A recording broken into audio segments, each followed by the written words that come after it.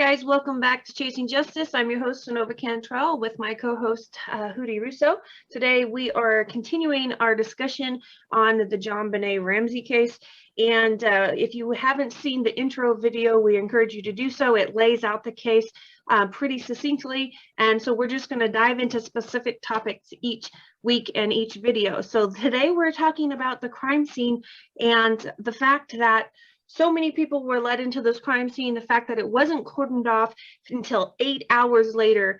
Nobody was taken out of this crime scene when Jon Benet, when they called and thought Jon Benet was kidnapped. And so that's where we're going to start today. We're going to start back at 5:30, 5:45, whenever it was that Patsy Ramsey called 911 in a panic and said, "They've taken my daughter." Let's start back there. The next thing she does after that is she starts calling friends and saying, "Oh my gosh, this is what's happened." And her friends come over in a panic. By the time it's all said and done, 18 different people from the public have been in and out of this house. And it doesn't get cordoned off until almost 2 o'clock in the afternoon when they find Jon Benet's body. So I'll let you tell the people what you think about that. Let's go back over what is the procedure that should have been done, and how this case has probably been destroyed so badly because of this. Yes. And just want to remind everybody that it's not another show about the Jon Benet Ramsey case and who did it. This is a show about how badly the evidence and the case was handled. We're not looking to find who the killer is, because I'm pretty much sure they have a list of suspects that we haven't even seen yet. And I'm hoping that Synova, with all her connections, can actually get that 911 tape with Patsy, because we would like to hear the state she was in by her voice, because I'm very good at telling when people are speaking and the state that they are in mentally when they're making a 911 call. And I'm hoping Synova's will be able to get her hands on that. Now, I got it. In a crime scene, we'll do that in our next video. Even if it's a missing persons, whatever it is that the parents call in, first of all, the first responders are the first people to get there. And the first thing they say to you is, don't touch nothing. Don't go near nothing. Don't call nobody. Don't accept any phone calls. In case there's a ransom, want a professional to answer the phone. This is 1996. This is what was going on. None of this was happening. None of this happened. Now, like I said in the first video, they call whatever two investigating or detectives are on duty, they get that call. Missing persons, whatever it is. They go to Hot Spring, Colorado Springs, to ask for help because it was a small department in Boulder Creek. They didn't have the resources, maybe. You have to wait. I don't care if it's 6 hours, if it's 5 hours. No, the parents, like I told you in the first video, they take one away in one car, one away in another, and the 9-year-old goes with child services. Just in case there's any foul play, the 9-year-old is safe, the parents are separated, and they can't corroborate their stories together. Right. Automatic protocol for any case, missing, murder, assault, robbery. That's just what they do in a house with children and a married couple. Right. They don't need any cooperation, right. And the kid has to be, and whatever kid is left, because there happen to be 2 kids in this story, is taken away out of harm's way. So none of this happened. No. And by the time they secured this crime scene, it was 8 hours. 8 hours. Let's just say 8+ hours. And they put a regular deputy at the front door who did not stop people from walking over the crime scene that they needed to see before anybody touched it, set foot on it. So from the phone call to the father finding his daughter, when it should have been detectives, right. CSI, and because it's 1996 now, they were around, and the K9 unit sweep the whole house first, because they don't even know if the criminal is still in the house.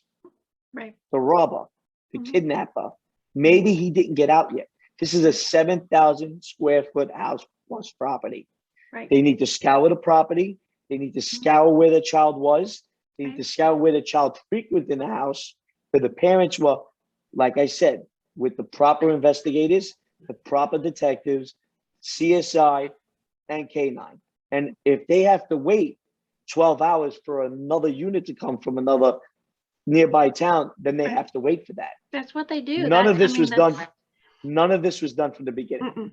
No. And The child was the everybody was left in the house, and then by the time the detective was, I can't remember what her actual her title was. I believe she was a deputy at the time, Linda Arndt.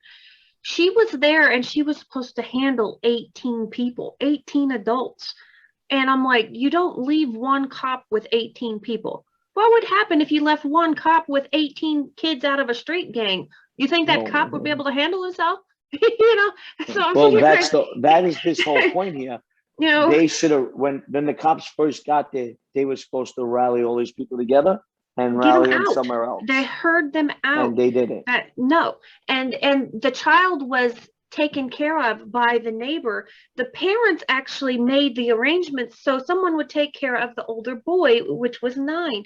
And so he was taken out. And then, of course, in the media, they really ostracized the parents. Are you trying to hide him? Maybe he did it.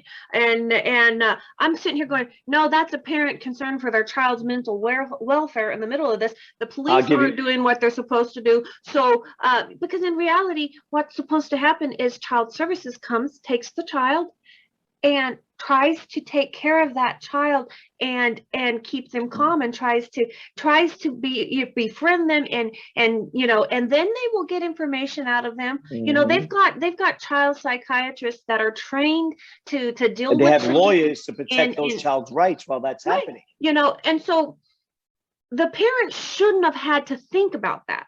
The parents should have said, the parents should have already been separated. Those 18 people should have never came into the house. They should have been cordoned off. You see it all the time. The crime scene tape, and you've got dozens of people outside of the tape waiting, and the cops won't let them leave because they need a statement from them. You know, so but they're still there. They may be there for 3 or 4 hours waiting for their turn Let to talk. me tell you, this is why I'm glad you brought me on for this. Well, I'm going to be on for all of them, but this specific one, I get arrested in 2005. I've never done a crime around my home because that's where my wife at the time, my children, friends of the family, and family all stood by my house.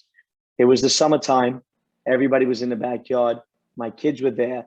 My kids would jump over the neighbor's gate back and forth to play with the neighbor's child who was the same age as them. Okay.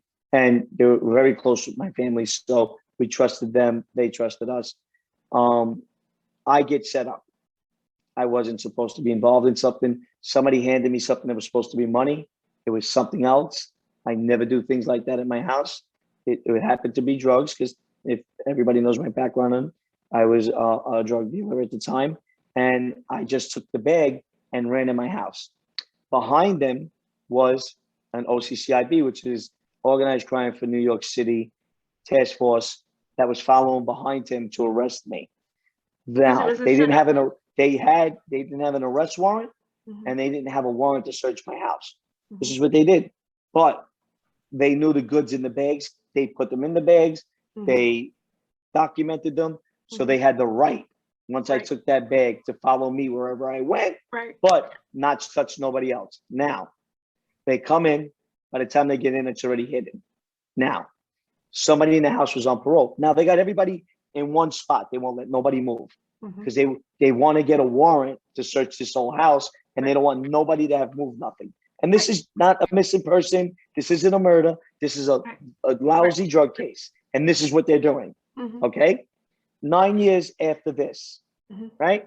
So now, so this is in the same time frame, criminology wise. Yes, criminology wise, it was all the same. But this is an organized crime unit. Same in New York, same backing as the FBI, same power as the FBI, same resources as the FBI. So can't find a way for me to give them what I have. That's the only way they get a warrant. The only way they make their case. or they got to leave my house. Because at this point, they can't even arrest me. There's no arrest warrant. What happens is somebody's in my house. Now they go through the whole circle. That's on parole. That person can be violated for being with me. Right. So what they say is they use that person. Well, then we'll take him in. Now, this person had nothing to do with what I was doing. So I said, okay, I'll make you a deal. Okay? Whatever it is that you're looking for, I'll take the responsibility that it's mine. But I'm thinking ahead. They're not even talking about my children yet. I says, because my children right away, once they get that, my children's go right to child services. And everybody's in the backyard, not allowed in the house, but they're not allowed to touch anything. I just got 5 cops standing in my living room because he stuck his foot in my door when I went to close it. Right. But I already had them hit. I already had them hidden and they were gone. So I made a deal. I said, listen, this is all of mine. They just came home from vacation. I put a nice story together that was the truth. Let my children go next door with my neighbors. Let him leave, who's on parole, which was a family member, and let my family go. We'll lock the house. You could take me with the evidence and we walk out the door.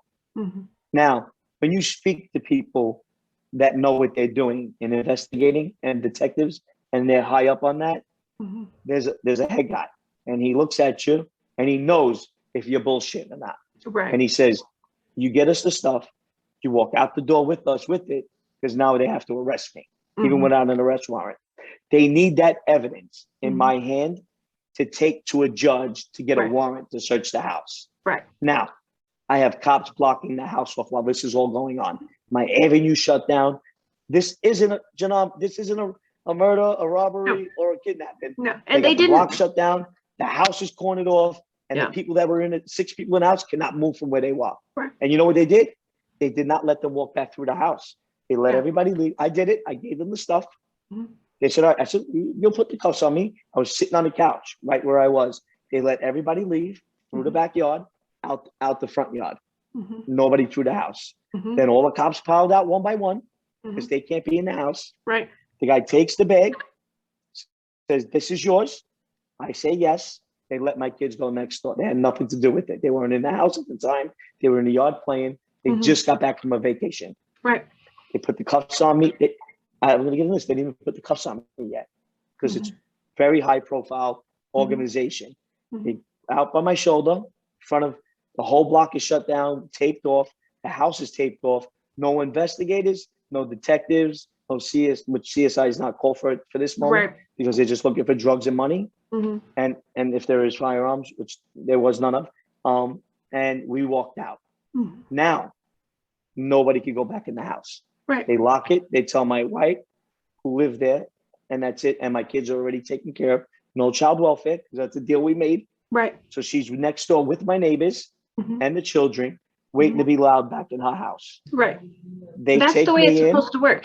Now, when I have a very sarcastic comment. Now, listen, it's crazy because, listen, it's the same thing. Yeah. They take the evidence to a judge on video camera, me saying it's my drugs, to a judge, and it still took 12 hours for a warrant to go in the house. And it was all, but nobody was allowed to go near it until they got the word, yes, you can have a warrant. If they said no, they got to remove the tape. And my family goes back in the house. Right. But as of right now, this is an active crime scene. Right. And we have it on videotape. And that's exactly what happened to me. And 12 hours later, they got a search warrant, didn't find anything. They already had what they needed. Right. My family wasn't touched, wasn't questioned. I copped out to all of it. And that's how you secure a crime scene. I want to ask you, even at this magnitude. Yeah, here's my sarcasm. Okay, you ready? It's very important. When did 18 people come in your house? You know the story. There was 5 cops, and they were told to get out. See, this is what I don't get. I'm sitting here going, five special unit cops in suits, in special clothes, were told, do not touch nothing, do not look for nothing, because anything messes up the chain of evidence. Right. Just get out. This is where I like having you involved in these conversations, because this homicide case was from Jon and Patsy Ramsey. Now, Patsy was very, very active in her community. Everybody loved her until this happened, and then they, ostracized her and her whole family. Jon there was a recent article in the newspaper just before this that his company that he owned had made like $1 billion worth of sales in that year. Okay, so that makes him a target. But this is a very affluential, couple here, and so you would and time think sensitive that they would want to, that it was even more sensitive than even a normal homicide, and so you would think they would want to take over precaution, and instead they just threw precaution to the wind. And so it's one of those things where I'm like, how anybody that has watched any show on television whatsoever knows how crime scenes are supposed to be set up. I mean, unsolved mysteries was really huge back in this time frame, 1996 to 2000 and all those things. So everybody knew what crime scenes were supposed to be. So it's not, we can't say that this case is so old nobody knew what they were doing. So this is where we'll shut this video off for today, but we're talking about why did this case why was it handled so terribly? Why was 18 friends and family members allowed in the house? Why were these people stay in the house for an entire 8 hours? Why was the father sent to find the corpse of his daughter instead of an official? Why didn't they check that area the first time around? If the police, I've seen some conflicting reports. Some say the police had searched the place. The other ones say they hadn't. And so I don't know. Everything's such a mess. Did the police even search the stinking place? Well, that's why I'm bringing mine up to you. They didn't do a good enough job because she was right there. And so. But Synova, that's why I'm bringing mine up to you, because at this point, this is a New York City organized crime unit. Right. Very, very influential, very strong, very powerful, a lot of resources, and they knew the protocol. And the guy said to me, I want everybody out except Russo. Yeah. And he gets everybody out, protected, and nobody turned their heads. Everybody walked right out the door. Right. He did not, this sergeant did not want to ruin his chain of evidence. And said to me, sitting on the couch, he goes, I'm not even putting cuffs on you. We know who you are. We're going to walk you right out the door. And he said, you're not a big shot. You're a small fish in a big pond. Right. Therefore, I wasn't even a big fish like this. And they treated this like that because they were hoping to get money, not even weapons, because they knew that I would never keep weapons around my children, and money and drugs. That's what they thought they were getting. Right. So, and they didn't want anything touched. And the most people that were in the house, and they were in a single file, were the people in charge of the organized crime unit on that case. And they all got shooed out of their house, except me and the sergeant. And he says, now me and you are going to walk out. You're going to lock the door. I'm going to give your wife the key. And he goes, I'm going to take this. And until we get a warrant or not get a warrant, that tape will not be cut. Right. And nothing was touched from when they came into that door. Right.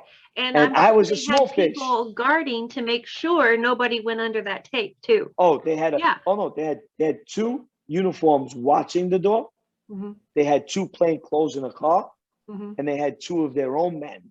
Because there is plainclothes cops that aren't a part of special units. Right. There's two plainclothes cops directly in my driveway blocking it, so nobody could get to the house. Right. Then two uniforms standing in front, and then an organized crime car across the street.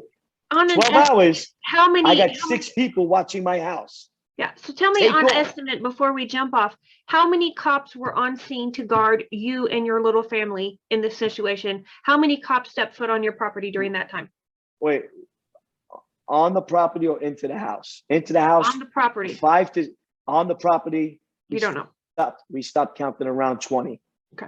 There was so many units there. Was a possible homicide, kidnapped case with a very affluential family. Why was only one cop left to cover 18 people who shouldn't have been there in the first place? So that's where we're going to drop this video. Never happened. A whole lot more videos for you guys. I can't wait. I can't wait to tune into the next episode myself now. Okay. You never know what we're going to talk about. Never know. All right, Synova. And Have we'll a see good you one. guys next time. Bye. Bye-bye.